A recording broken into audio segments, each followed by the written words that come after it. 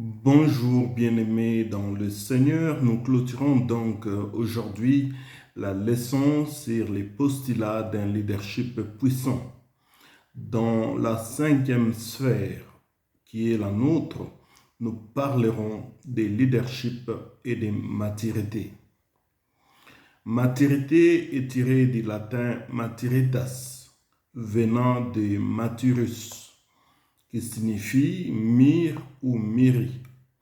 Dans cette approche, nous mettons l'accent sur l'état de l'esprit ou d'un talent qui est parvenu à la plénitude de son développement.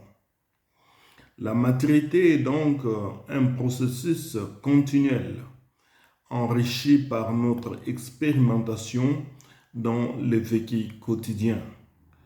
Paul déclare dans 1 Corinthiens au chapitre 13, le verset 11, il dit « Lorsque j'étais enfant, je parlais comme un enfant, je pensais comme un enfant, j'ai raisonné comme un enfant. Lorsque je suis devenu homme, j'ai fait disparaître ce qui était de l'enfant. » Nous voyons ici donc, bien-aimés, que la maturité apporte la maîtrise dans toutes les circonstances de la vie. Au milieu de la tempête ou de toute autre situation, on garde son calme. On cherche à résoudre les problèmes dans la paix et dans l'amour.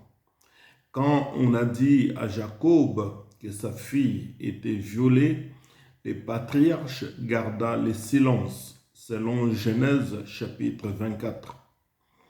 En Philippiens 4, le verset 11, Paul dit « J'ai appris à être content de l'état où je me trouve. Je sais vivre dans l'humiliation et je sais vivre dans l'abondance.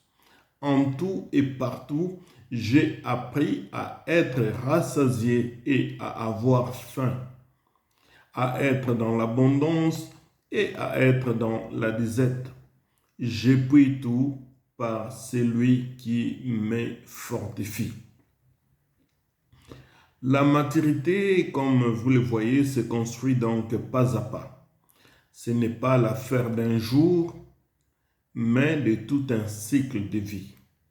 Atteindre la maturité implique que nous devons être comme Christ. Nous devons aimer comme il a aimé, parler comme il a parlé, nous sacrifier comme il s'est sacrifié. Apprendre à dire la vérité avec amour. Parvenons donc à l'unité de la foi et de la connaissance du Fils de Dieu, à l'état d'homme fait à la mesure de la stature parfaite de Christ, afin que nous soyons plus des enfants flottants, emportés à tout vent de doctrine par la tromperie des hommes, par les ruses, dans les moyens de séduction, déclare Paul aux Éphésiens chapitre 4, 13e et 14e verset. Nous n'allons pas nous attarder sur ce point, sachant que nous devons être conduits jour par jour, pas à pas, pour atteindre la perfection. Nous passons donc à la sixième sphère de leadership, qui est la vie de famille. Il est très utile de configurer notre système de croyances et de sortir de nos propres forteresses, prisons que nous nous sommes construits dans les mentales. Les disciples ont fait cette œuvre de Dieu que vous et moi nous faisons. Après, ils sont morts. L'œuvre continue. Personne dans ce monde n'est éternel. Chacun ne fera que sa part ou la part qui lui incombe. Ne pensez pas qu'en vous dépensant du matin au soir, vous allez finir l'œuvre de Dieu. Jamais. Personne donc ne pourra puiser toute l'eau qui ruisselle dans une rivière. Tu ne prendras que la quantité nécessaire à réaliser tes occupations. Pour accomplir les ministères que tu es appelé, tu as besoin de ton corps. Quand ce corps est malade, tu ne peux pas travailler. Donc tu dois être en forme. Pour cela, tu dois te faire une discipline à ce que tu manges, comment t'exercer, un peu de gymnastique pour garder le corps en forme. C'est très important. Il faut avoir suffisamment le temps de sommeil, suffisamment le temps de repos et aussi le temps de travail. Avoir une vie de famille équilibrée. Pour cela, Dieu reste toujours en première position. Il est le numéro 1. Mais après Dieu, c'est toi. Après Dieu, ce n'est pas l'Église. Ce n'est pas ta femme, ce n'est pas tes enfants. Après Dieu, c'est toi qui dois prendre forme de toi pour être en forme. Et après toi, tu dois penser à ta femme. Le temps de causerie, le temps d'être avec elle, de conjuguer les couples ensemble, son bonheur. Et après ta femme, viennent les enfants. Avoir le temps de passer le temps avec les enfants. On ne peut pas passer des journées entières, soi-disant je travaille pour Dieu à l'église. Il faut penser à être avec les enfants, partager le temps avec eux, faire des devoirs avec eux, discuter avec eux. C'est très important. Et après l'église, après les enfants plutôt, viennent l'église. J'ai connu plusieurs serviteurs de Dieu qui prêchaient à l'église dimanche tranquille de lui-même. Il prêchait à 10h, à 14h, puis à 17h. En parlant, je lui ai dit, mais tu vas t'épuiser. Il a dit, mais si je laisse quelqu'un d'autre prêcher, il va me prendre mes brebis. Aujourd'hui, pendant que nous parlons, la plupart sont morts. Morts parce qu'ils sont fatigués dans le corps, fatigués à faire le travail lui-même, alors qu'il faut s'entourer des gens à qui vous pouvez aussi confier le travail, comme l'a dit Jéthro à Moïse. Je vous présente donc ce croquis qui est très important. Regardez-le. Dans ce croquis, nous avons en haut Jésus-Christ. Ici, c'est l'homme et puis la femme. Quand l'homme monte beaucoup dans les prières, il arrive à ce point et que la femme n'est qu'à ce niveau-là, cela va créer les déséquilibres, ça va casser. Il faut que quand l'homme monte dans la dimension spirituelle, qu'il fasse tout pour que sa femme monte aussi à ce niveau-là, pour qu'il y ait l'équilibre. Si c'est la femme qui monte aussi trop dans le spirituel et qui laisse son homme en bas, l'équilibre va casser. Il faut que ça soit à peu près au même niveau. C'est très important. Je vous montre cet exemple parce que un de mes pères spirituels, il a divorcé 3 fois. À chaque fois, il entrait dans des jeûnes prières à l'église. Première semaine avec les dirigeants, deuxième semaine avec les anciens, troisième avec les choristes. Et la plupart du temps, il n'avait pas le temps donné à sa femme. Un jour, une de ses femmes m'a dit, depuis que je suis marié, je ne le vois pas. Il est tout le temps à l'église. Je peux vous dire, bien aimé, qu'il a divorcé avec la première femme, la deuxième, la troisième, et en fin de compte, lui-même est mort fatigué dans le corps. Il faudrait faire un effort pour que quand vous montez dans le spirituel, vous puissiez amener votre femme et vos enfants pour qu'il y ait l'équilibre. C'est très important. On ne va pas s'attarder là-dessus. Nous passons donc à la 7e sphère qui est celle de leadership et personnalité. La personnalité est une combinaison des caractéristiques émotionnelles, d'attitude et de comportement d'une personne. C'est vrai, nous devons avoir la compassion des âmes. Mais dans 1 Samuel, 7e verset, chapitre 16, On a David, quand Samuel est allé pour le oindre, il a vu ses frères venir. La Bible dit qu'il s'est trompé plus de 6 fois parce qu'il regardait à l'apparence, mais Dieu lui dit, ne regarde pas à l'apparence. Ça, c'est pour vous dire que nous, les hommes, nous ne sommes pas des dieux. Les hommes regardent l'apparence. Il faut soigner ton apparence. Genèse 41, 14 dit, pour que Joseph aille rencontrer Pharaon, on changea ses habits. C'est très important pour lui donner une image soignée. Enlever les odeurs corporelles. Et quand tu es au milieu des gens, savoir éviter des blagues. Il faut te donner une personnalité, une image de soi respectable, parce que le monde regarde à l'apparence. Cela est très important. Nous passons à la 8e sphère, qui est celle de leadership et des dons spirituels. 1 Corinthiens 12, c'est Paul qui parle, il insiste.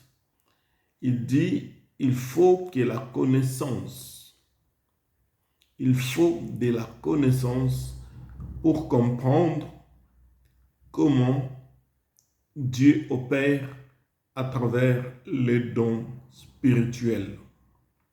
Il a insisté, il a dit, ne soyez pas dans l'ignorance.